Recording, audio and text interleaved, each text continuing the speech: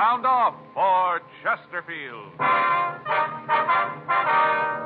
Chesterfield, the only cigarette in America to give you premium quality in both regular and king size, brings you Dragnet.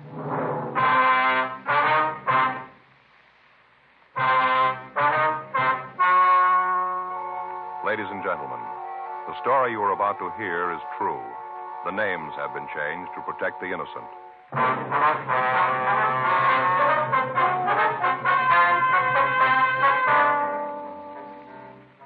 You're a detective sergeant. You're assigned a burglary detail. A string of store burglaries takes place in your city. The thieves work at night. They leave no physical evidence behind. Your job, get them. Thousands are changing to Chesterfield, both regular and king size, because Chesterfield is the first and only cigarette to give you premium quality in both sizes. That means king-size Chesterfield contains tobaccos of better quality and higher price than any other king-size cigarette. The same fine tobaccos as in regular Chesterfield. There is absolutely no difference, except that king-size Chesterfield is larger, contains so much more of the same tobaccos, it gives more than a fifth longer smoke. Yes, more than a fifth longer smoke from king-size Chesterfield. So remember, Chesterfield is the only cigarette to give you premium quality in both regular and king size. Buy 'em either way you like 'em, regular or king size. You'll find premium quality Chesterfields much milder. Yes, Chesterfield is best for you.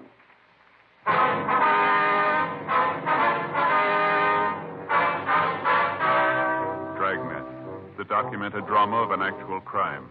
For the next 30 minutes, in cooperation with the Los Angeles Police Department, you will travel step by step on the side of the law through an actual case transcribed from official police files. From beginning to end, from crime to punishment, Dragnet is the story of your police force in action.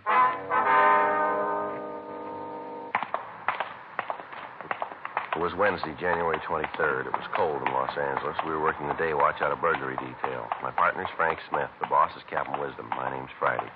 We were on our way out from the office, and it was 10:36 a.m. when we got to the corner of Constance and Westlake. Nichols' dry goods store. Yes? Something I can do for you, gentlemen? Yes, ma'am. We're police officers. Oh, yes, about the robbery. Yes, ma'am. Are you Gladys Nichols? Yes, I am. I'm the owner. I found out that the safe had been robbed. I think you mean your safe was burgled, Mrs. Nichols. What?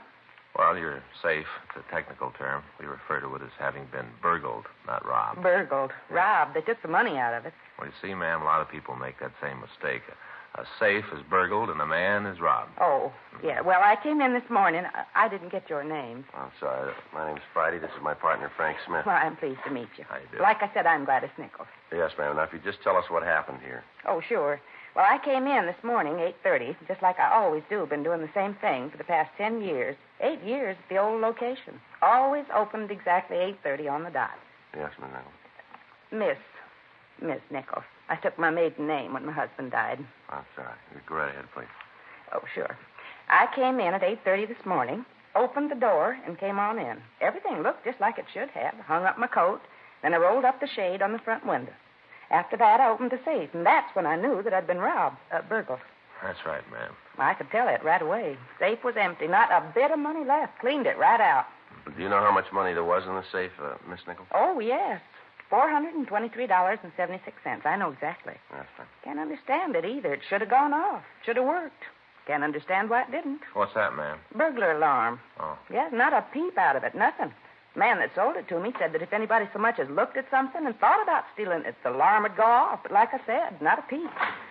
Oh, I wonder if you'd excuse me for a minute. There's Mrs. Johnson, old customer. Yes, ma'am. It won't take a minute. You, ma'am.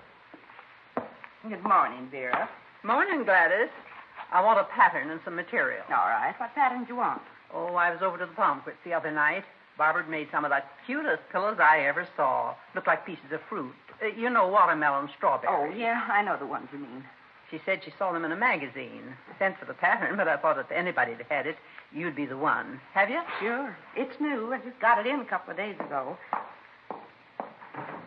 I guess you heard about my being burgled. No. Really? Sure, last night.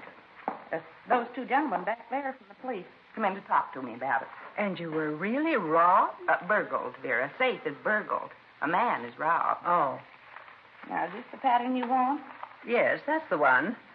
See there? I want to make the slice of watermelon and the strawberry. Think they'll look real nice on the bench in the parlor. Oh, yes. Yes, they sure would. Faye saw those things. Said she wanted to make some. You see them, Joe? No, I never have. They're real nice. Probably not too comfortable, but they sure look pretty. How much material do I need for just the two? Well, I'm not sure. Have to look at the pattern. Do you want just the melon slice and the strawberry, that right? Yes. Well, for the melon, you need, let's see. You want it out of cloth or plastic? What? Cloth or plastic. You can make them out of either. Cloth, I think. Yeah. Faye's going to use plastic. It's better for the kids. Yeah. You'll need 3/4 of a yard of red and 1/4 yard of green felt for the hull and the stem. That's for the strawberry. And then for the melon, you'll need 1/2 yard of white, 1/2 yard of pink, and 1/2 yard of green. All right. Well, how about embroidery cotton? You'll need 4 skeins of 6-strand black. I have plenty of that. Well, I'll measure it out for you. Sure had some excitement around here this morning. All those policemen running around looking for fingerprints and clues. It was real excitement. They caught the man yet? No, that's what those 2 men are here for now. Want to ask them some questions. Certainly don't look like policemen. Now, why do you say that? Well, they don't look anything like they do in the movies. Never do. Now, you will need some muslin for this, too. You want to get it now? No, I'll pick it up later. Got to get some batting, too. All right. That's the stuff that gives Faye trouble. What? Batting.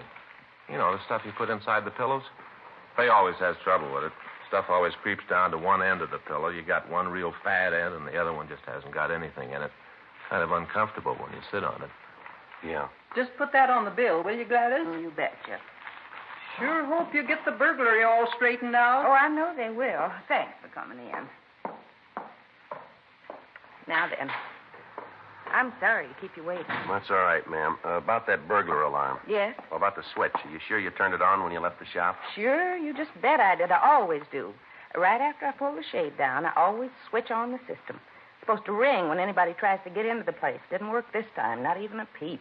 Well, now you say this time. Do you mean that something like this happened before? Oh, no, just a figure of speech. No, never been anything like this before. I see. Did you notice anything disturbed in the place when you came in? Anything that made you think something might be wrong? No, not a thing. Came in, rolled up the shade, and then opened the safe. That's the first I knew about it. Somebody opened it up. Must have known the combination. Just opened it up and took the money. Well, does anyone else have a key to your front door here? Anyone besides yourself, I mean? Well, there's Alan. Alan? Yes, Alan Hoffman. He comes in, straightens up for me. He's a decorator. Or at least he's trying to be one. He likes to come in and putter with the material. He works in some sort of store during the day, and then he comes in here in the evenings and works with the material. You know, tries out different things. Yes, ma'am. Does he have the combination to your safe? Oh, no. I'm the only one who has that. Do you know if he was in here last night? No, I don't. But I know that Alan wouldn't do a thing like this. I'm sure of that. How is it you let this Alan have a key to the place, ma'am? Let him have the run of the place when you're not here? Oh, well, I've known Alan for a long time. I knew his mother. We've always been good friends. Once in a while, he gets a commission to a house, and he always gets the material he needs from me. Well, he's awfully nice. You'd like it. Yes, ma'am. Do you know where we can get in touch with this Mr. Hoffman? Sure, I can give you his address. Lives over on 9th. Got a real cute place. All modern and all. He does those mobiles. You know those things made out of wire and plastic? Hangs from the ceiling? Just hang there and go round and around. It's a new art form. Yes, ma'am. I don't understand them myself, but I guess there are a lot of people who do. Yeah. Are you insured against theft, ma'am? I beg your pardon? Do you have any insurance against theft? Sure, I have insurance.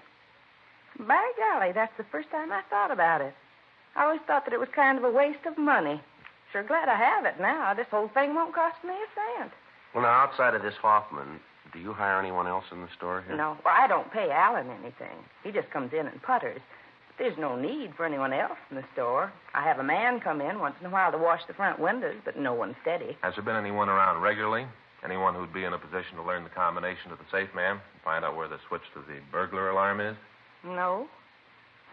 No, not that I can think of. Of course, most of my customers are pretty regular, come in all the time, but I'm pretty sure that none of them would do a thing like this.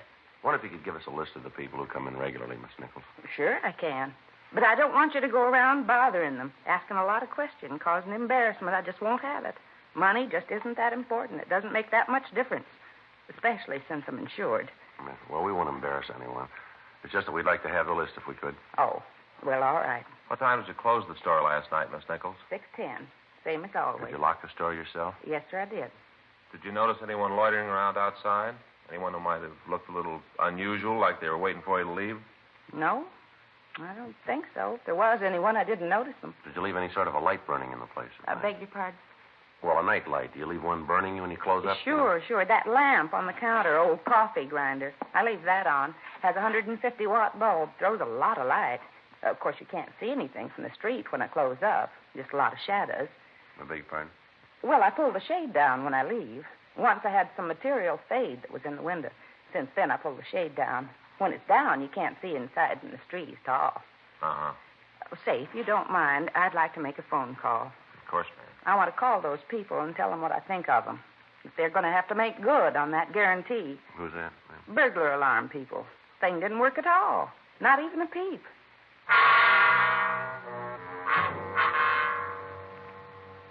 11:18 a.m. Frank and I checked by the crime lab to see if they'd been able to come up with any physical evidence from the scene of the burglary.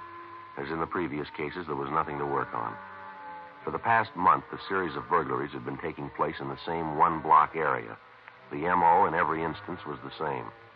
Somehow, the doors to the shops were being unlocked, the safes rifled, and then closed up again.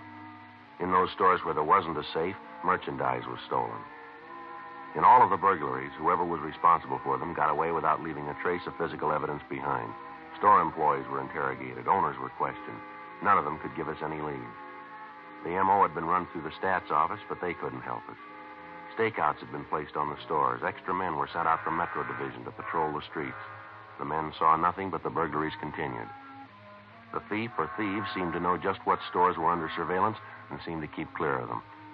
Wednesday, 12:14 p.m. We ran the name Alan Hoffman through R&I, but we got no make.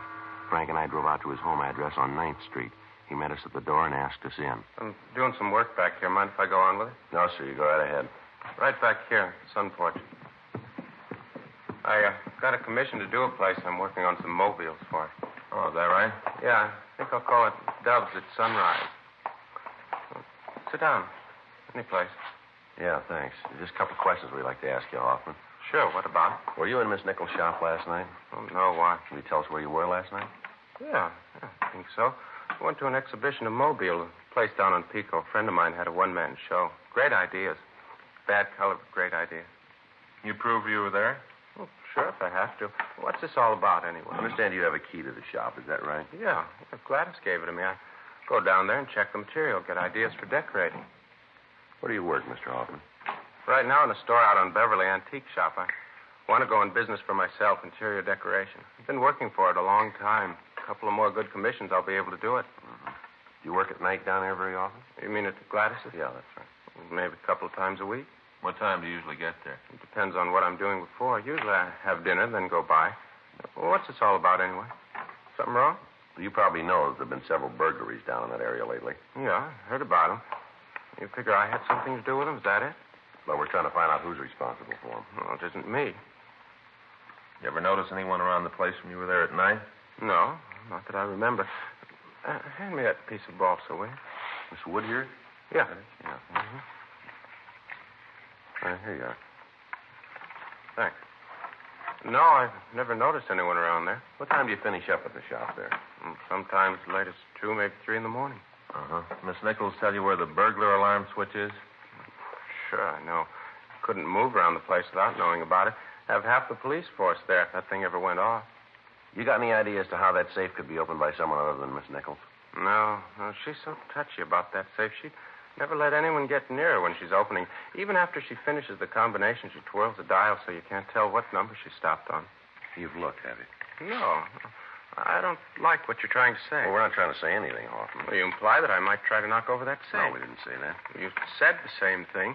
Asking me if I'd try to see the combination. Well, now, just take it easy, Hoffman. If you haven't done anything, you got nothing to be afraid of. I've got nothing to be afraid of. I just don't like your remarks, that's all. You ever been arrested? I say, you ever been arrested? Oh, no. A couple of tickets for running red lights, that's all. Can you give us the address of the place where you were last night? Yeah, I suppose so. You guys really think I had something to do with this, huh? We got to check everybody out, Hoffman. You came up on the list. Well, that's all it is, huh? That's all it is. No, give you the address. You can check there. I'll tell you, I was there till about 3:30 this morning, and then, well, I went out to get something to eat. I came home about 5 this morning. Went right to bed. Anybody see you come in? No, I don't think so. You guys figure it might be an inside job, these burglaries? Looks like it might be, yeah. Well, that's the way I've got it figured. From what Gladys tells me, it's almost got to be. That right? Sure. Oh, hand me that piece of red plastic, will you? The what? That piece of red plastic. This here? Yeah, that one. Oh, yeah. Thanks. Oh, sure, it's got to be somebody who knows all about the stores. You know, when to hit the safes, when not to. The way they walk into the places, no marks on the doors, nothing broken. You seem to know quite a bit about the burglaries. Well, you know, I heard about him, talked to Gladys. Looks like an inside job to me. Say, officer. Yeah. Would you hand me one of those swivels there in the box? Where?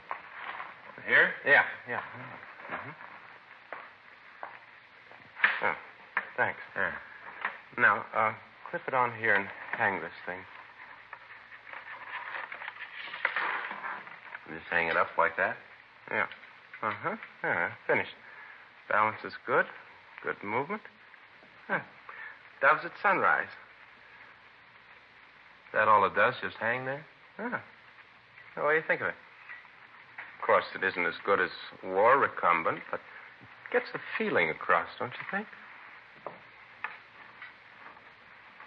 Yeah. Sure does. Doves at sunrise, huh? Yeah. Doves at sunrise. How about that? Oh, excuse me. Yeah, sure. Joe, Hoffman. Yeah? you get it? Who? What? Doves at sunrise. Sergeant Friday. Yeah. It's your office. Oh, thanks, Hoffman. Hello. Oh, yeah, Captain. Mm-hmm. No, we're here now. Yeah. Yeah, well, he seems to. Yeah, who?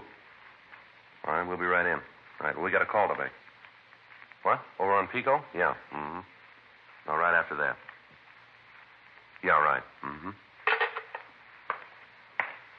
Wisdom? Yeah, he wants to see us. Yeah. We'll probably want to talk to you later, Mr. Hoffman. We can reach you at this number, is that right? Yeah, either here or at the shop. If I'm not at either, Gladys knows where I am.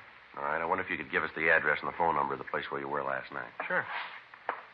Yeah. I've got a piece of paper here someplace. You never can find anything when you want it. Yeah. Oh, here we go. You got to go out there, huh? You can't take my word for it. That isn't the point, Mr. Hoffman. We can't take anybody's word for it. If we don't know it, we got to check it out, see? Suppose so. Oh, here you are. Ask for Rudy. He's the one who had the exhibition. He'll tell you. Rudy, is that it? Yes, that's right. I was with him all evening. He'll tell you. Okay, thanks, Hoffman. Oh, say, Yeah. I wonder if you could leave me your card and phone number. Yeah, sure. Here you are. Thank you. I'd like to give you a call. Sir? I'm holding my own show at Mobile. I'd like to have you two guys there. Yeah. Thank you very much. You bet. I'll be calling you. Yeah. Thanks a lot. What'd the captain want? Well, he's raising the roof. Says he just got a call from the corner pocket there leaning all over him. Yeah? Says he's tired of answering questions. Says we better come up with some of the answers for him.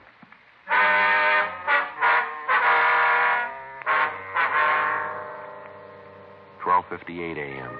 Frank and I drove over to check on Alan Hoffman's alibi. We talked to Rudy Nixon. He told us that Hoffman had been with him until around 4:30 that morning. At that time, Nixon had dropped Hoffman off at his apartment. We drove back to the office and ran the name Rudy Nixon through R&I, but we got no make on anyone answering his description. 5:45 p.m. Frank and I reported for stakeout duty. The night went slow, and we came up with nothing. The next morning at 8:16 a.m., we checked back into the office. You know, as soon as we get this thing over with, I'm going to sleep a week. Oh, man, you got company. I'm going to tell Faye to send the kids out of town. If anybody calls me, tell them I just left for Hindustan by fast freight. Well, how'd it go? Nothing, Skipper. Sat there all night, not a thing. How about the other guys? Anything from them, Skipper? No, I just checked with Metro. None of their cars saw anything. The other men out there came in with the same. I'll get it. Burglary wisdom. Yes, ma'am. Mm-hmm. Well, what time was that? Right, we'll send a couple of men right out. Here's the address. They hit again.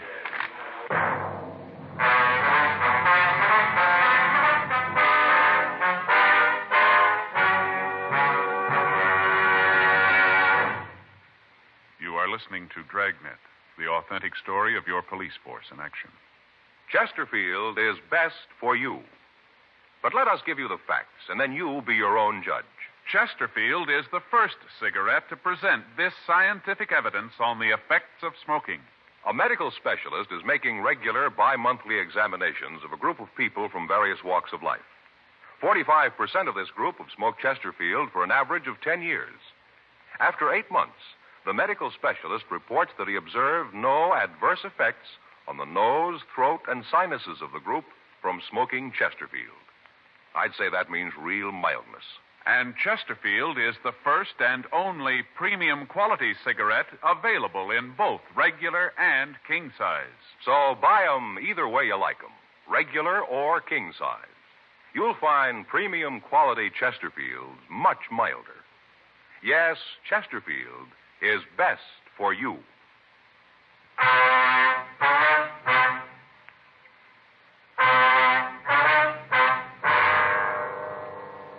Thursday, January 24th, 8:52 a.m. Frank and I drove out to see the latest victim of the burglars. The crew from the crime lab arrived and went over the place.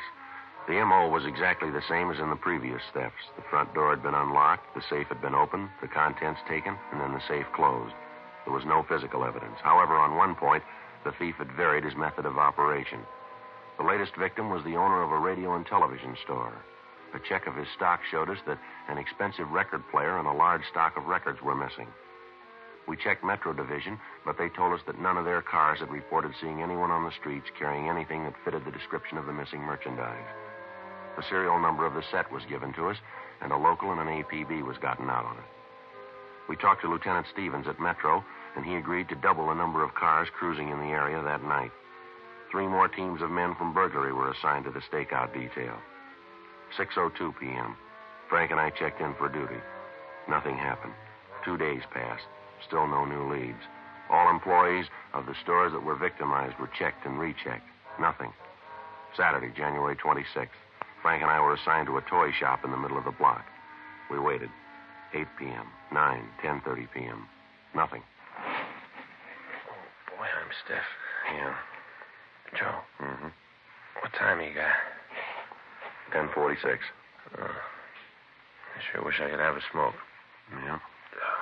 I wonder if he's going to show. What do you think? I don't know. It's a long time.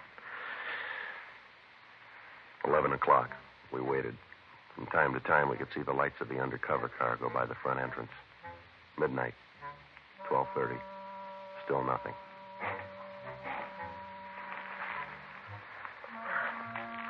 Joe? Want a piece of this candy bar? No, I'm not hungry.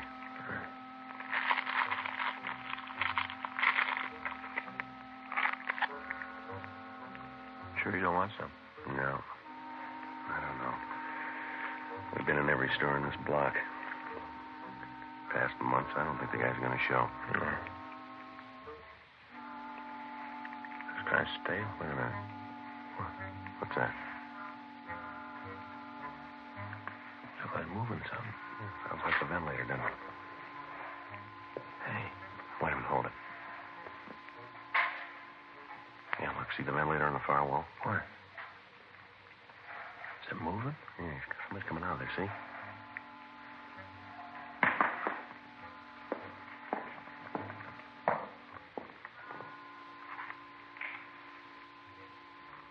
Going for the burglar alarm. See, look at that. What'd he do? Snapped off the burglar alarm. Oh. He's at the safe. Yeah. Got it open. Come on, let's take him. All right, mister, hold it right there. Watch it, Joe. He's going for the ventilator. I see him. Come on. You see him? No. He's up in there somewhere. All right, come on out of there, mister. See him? No, I don't think so. Come on out of there, you. There he is, Joe. Gun flash. Yeah, I see. All right, come on, mister. Throw that gun out here. Get out of here, cop. You come back here, I'll kill you. You got no place to go up there. Now, come on, give it up. I'm telling you, you come back here, I'll kill you. I will. I'm warning you, I'll kill you. Wait a minute. Wait. Don't shoot anymore. Please, don't shoot anymore, please. I quit, please. All right, throw that gun out here. Come on. All right. Here it is. There it is. You got it now. Don't shoot anymore, huh? All right, come on out of there. Come on out of there. What do you think? You gonna come out of there? All right, we'll have to go in after him. Easy now. Smoky in here. It's kind of a tight squeeze in it. Slippery, too. Looks like he's got some kind of a room up there. Can you see? Okay, here we are. Hey, look at this. He's got himself a room. Dug it right out of the earth here. All right, come on. Come out from behind that crate. All right. Get your hands behind your head. I'm doing like you say. See, I got my hands just like you said. I quit. All right, you want to shake them down? Yeah. Come on. Stand still. Put your hands against the wall. Yeah, he's clean, Joe. Now, what is all this in here? Where I live. All right, we'll take a look. How about this, Joe? This room must be 20 feet square. Uh-huh. This all the stuff you stolen? Yeah, most of it. What's your name? Warwick? Dan Warwick. Really had you guys going, didn't it? All right, let's go. Really had you. Couldn't figure it out. I used to watch you sit in the fence and watch you. Used to laugh how hard you were trying. Really had you going. Couldn't figure it out. Yeah, sure. Come on, now let's go. Really had you going. You never would have found me. Could have stayed here for years. Dug this room myself, every bit of it, all by myself. Stayed here when you guys were around, except when I watched you and the others. Couldn't figure out how I knew about the safes. Used to just sit there and watch them. Watch them open the things. Simple once you know how. Really had you going, all of you. Yeah, you bet you did. Running around in circles. Real fun. Yeah, well, we knew where we were going.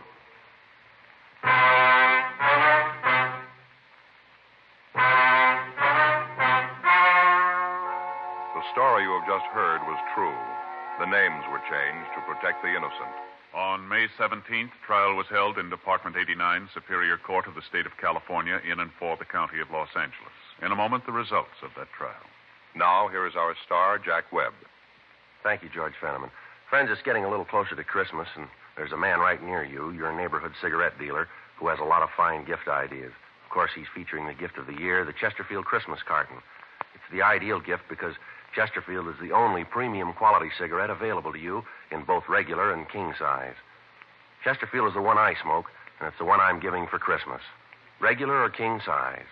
Premium quality Chesterfields are much milder.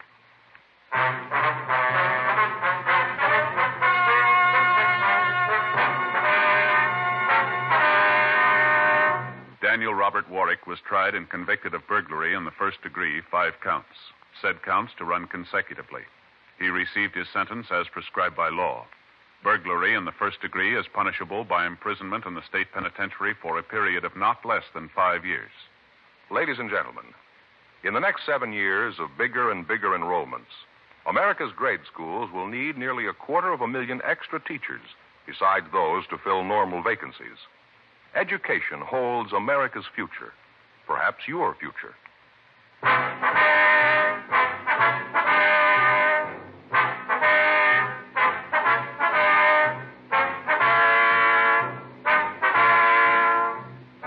Just heard Dragnet, a series of authentic cases from official files. Technical advice comes from the Office of Chief of Police W.H. Parker, Los Angeles Police Department. Technical advisors, Captain Jack Donahoe, Sergeant Marty Wynn, Sergeant Vance Brasher. Heard tonight were Ben Alexander, Gwen Delano, Paul Richards. Script by John Robinson. Music by Walter Schumann. Hal Gibney speaking. Sound off for Chesterfield. Either way you like them, regular or king size. you'll find premium quality Chesterfields much milder. Chesterfield has brought you Dragnet, transcribed from Los Angeles.